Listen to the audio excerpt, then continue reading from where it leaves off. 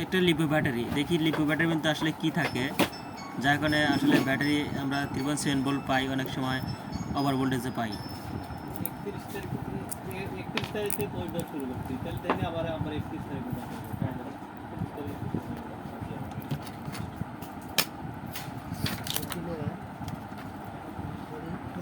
ই নাই গুলো গান এখন লাগে। হ্যাঁ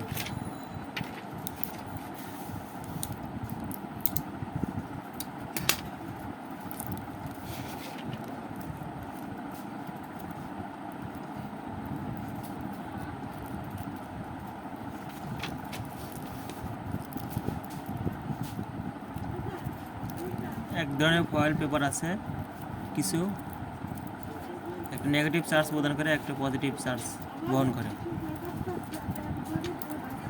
এই কাগজটাকে দিয়েই ব্যাটারি তৈরি হয়। আর কার্বন আছে কিছু,